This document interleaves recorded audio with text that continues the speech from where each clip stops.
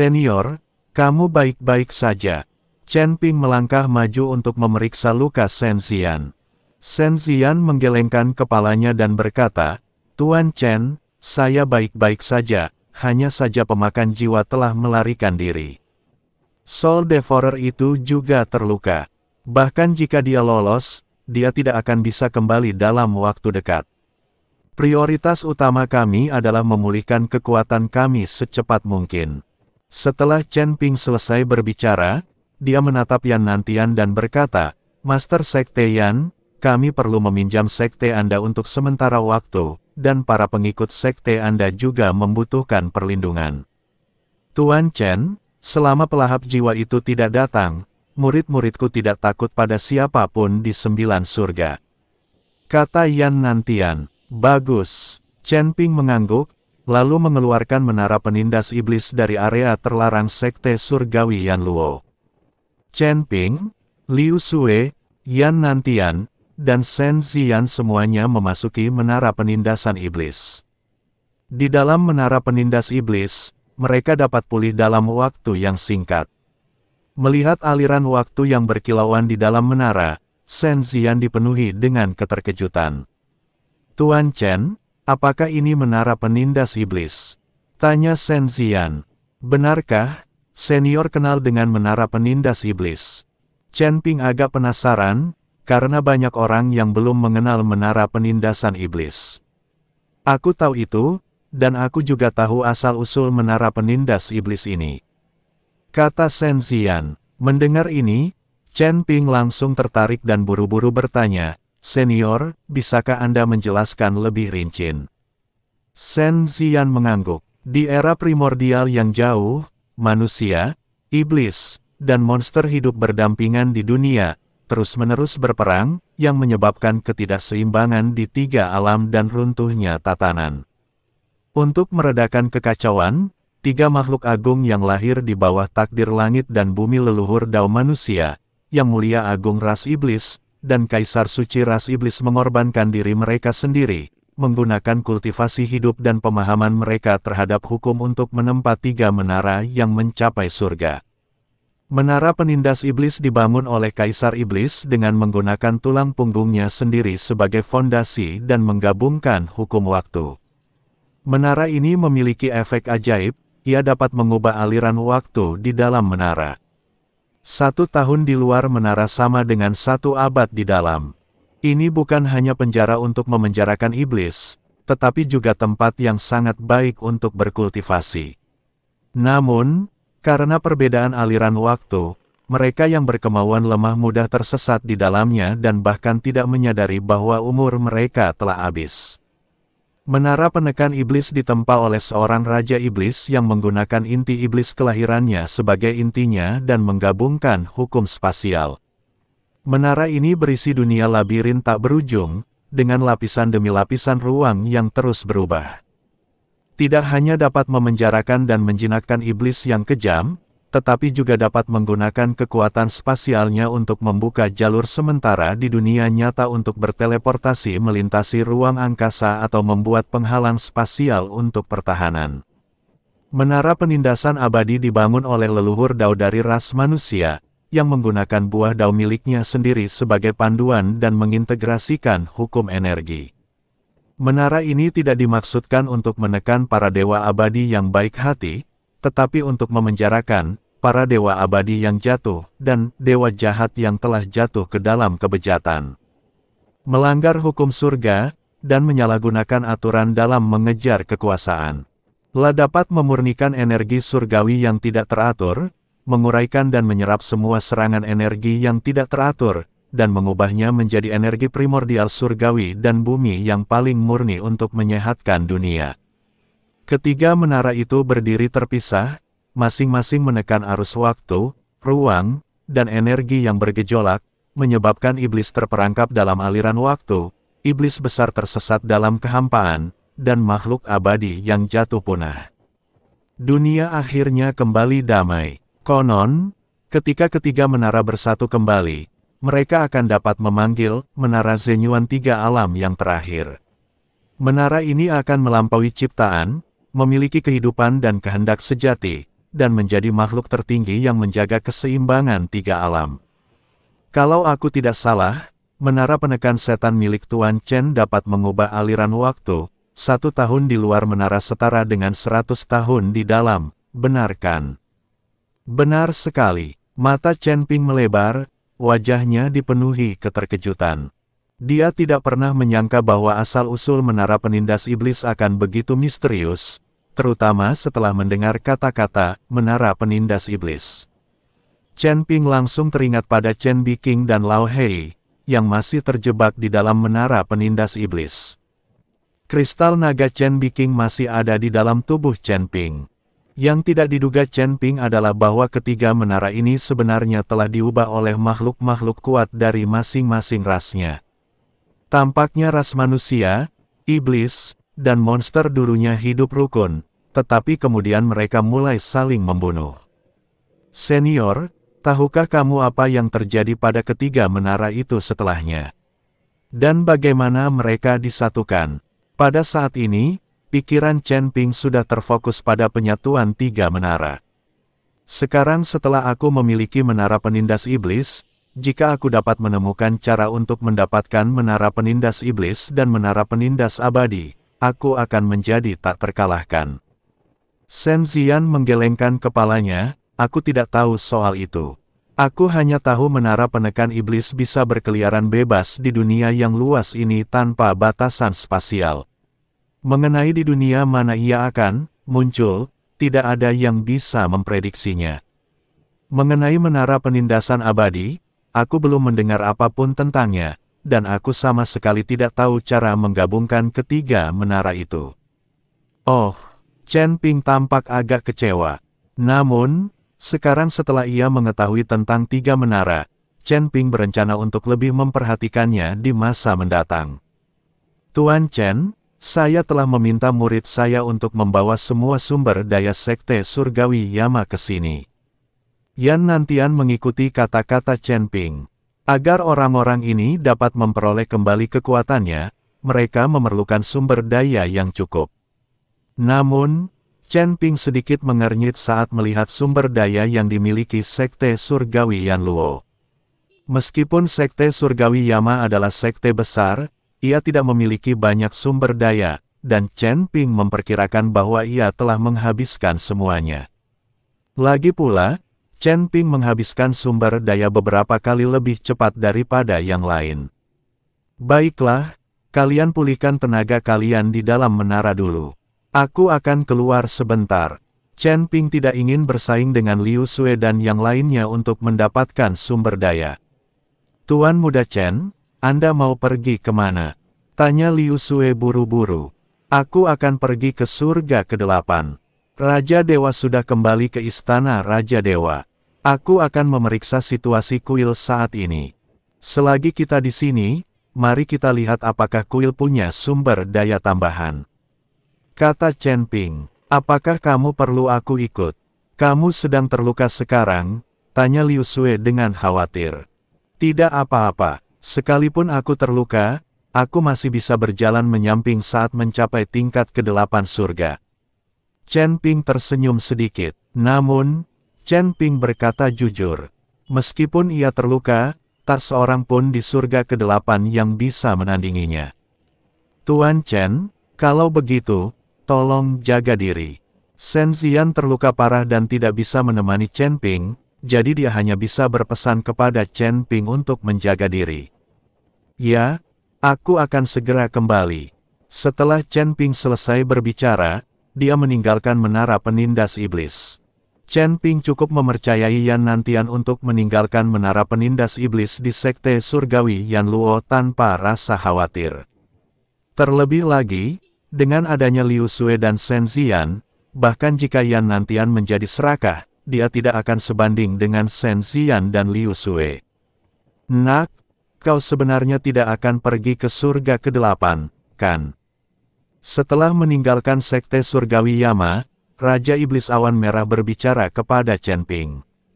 Chen Ping menyeringai dan berkata, kuil juga mengalami kesulitan, bagaimana mungkin aku pergi ke surga ke-8 untuk meminta sumber daya pada kuil?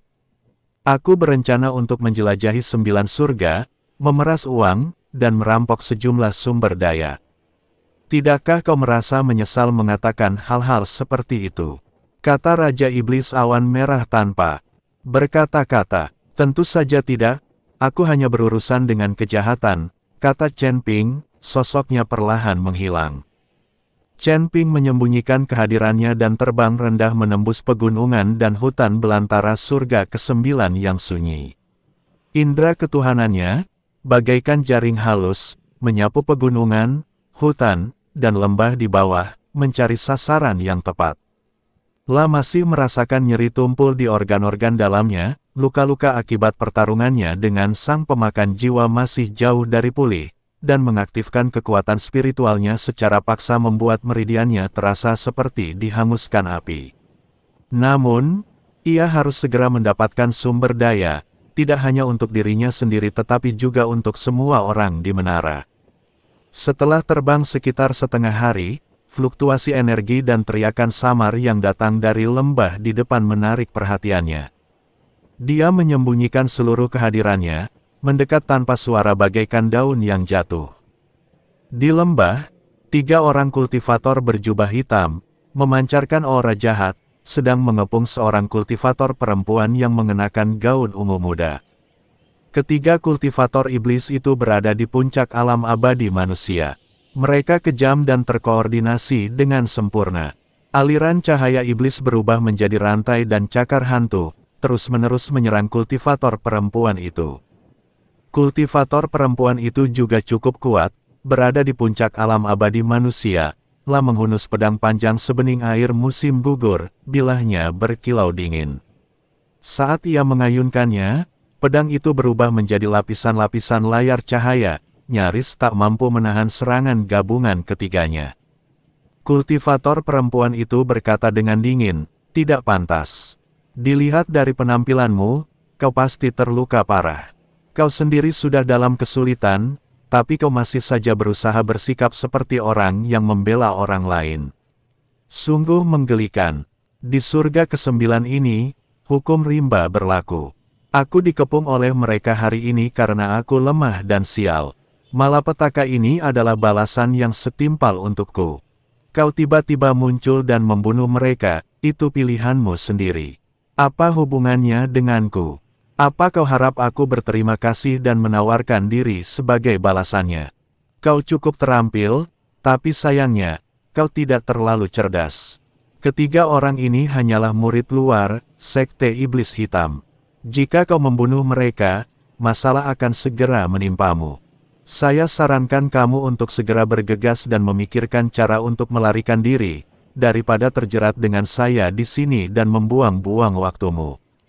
Dia berbicara sangat cepat dan dengan kata-kata tajam, menganggap bantuan Chen Ping sebagai campur tangan, atau bahkan beban dan masalah. Saat Chen Ping mendengarkan sarkasmenya yang cepat, kemarahannya perlahan-lahan digantikan oleh perasaan dingin yang tidak masuk akal. Orang yang diselamatkannya ternyata adalah orang yang sangat egois, berhati dingin, dan tidak bermoral. "Tapi aku akhirnya menyelamatkanmu," kata Chen Ping. "Aku tidak memaksamu untuk menyelamatkanku," kata kultivator perempuan itu.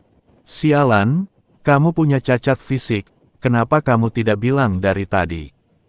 Melihat sikap kultivator perempuan itu yang acuh tak acuh dan bahkan meremehkan campur tangannya, Chen Ping tiba-tiba merasa sedikit patah semangat dan kehilangan minat untuk berdebat dengannya.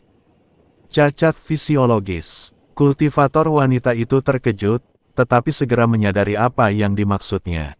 "Kaulah yang memilikinya," suara mendesing. Sebelum kultivator wanita itu selesai berbicara, Chen Ping telah mengayunkan pedang pembunuh. Naga miliknya, kilatan cahaya pedang melesat di langit, dan kepala sang kultivator wanita melayang tinggi ke udara.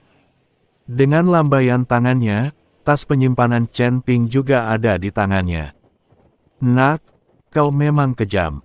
Tapi apa maksudmu dengan mengatakan gadis itu punya cacat fisik? Saya tidak melihat kekurangan apapun pada dirinya." "Saya bertanya dengan rasa ingin tahu," kata Raja Iblis Awan Merah. Chen Ping hanya tersenyum tipis dan tidak memberikan penjelasan. Hal-hal seperti ini adalah hal-hal yang akan dipahami oleh mereka yang mengerti, dan mereka yang tidak mengerti tidak akan merasa perlu dijelaskan. Chen Ping menggeledah tas penyimpanan keempat orang itu, tetapi tidak langsung pergi, malah menemukan sebuah gua terpencil dan membentuk formasi penyembunyian sederhana. Pertama-tama memeriksa barang jarahannya. Tas penyimpanan ketiga kultivator iblis itu sebagian besar berisi material jahat dan kristal sihir tingkat rendah, yang tak banyak berguna baginya. Namun saat dia membuka tas penyimpanan milik kultivator wanita berpakaian ungu itu, matanya berbinar. Selain sejumlah batu roh dan pil berkualitas tinggi, di dalam tas itu juga terdapat botol giok halus berisi pil seukuran buah lengkeng, yang memancarkan aura 9 warna pil 9 putaran yang menjadi penyebab perkelahian di antara mereka.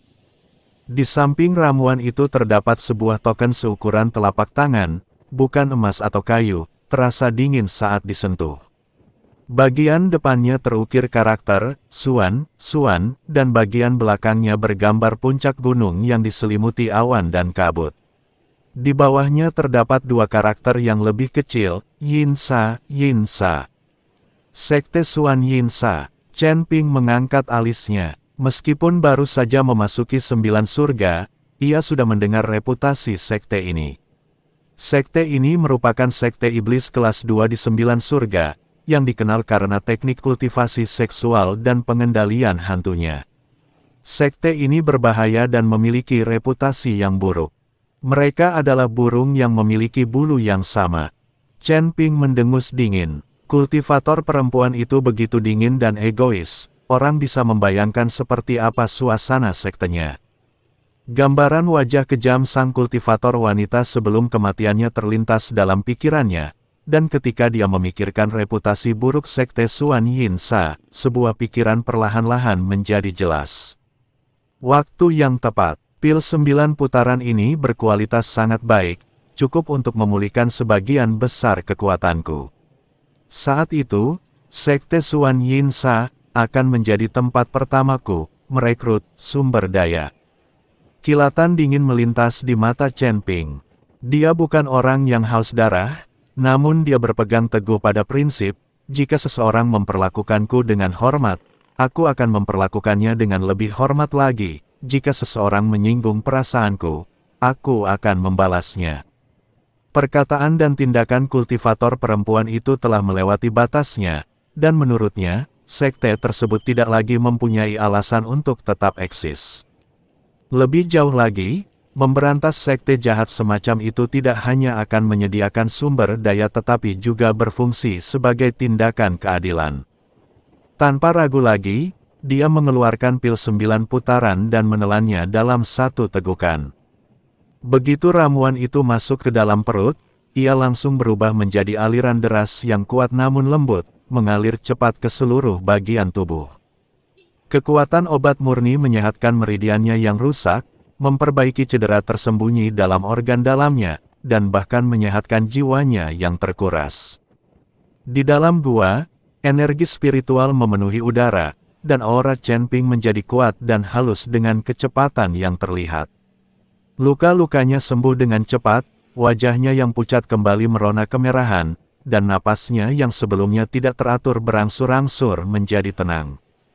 Bahkan kondisinya sudah sedikit membaik dibandingkan sebelum cedera, dan sudah menyentuh ambang tahap akhir peringkat kelima alam manusia abadi. Beberapa hari kemudian, Chen Ping membuka matanya.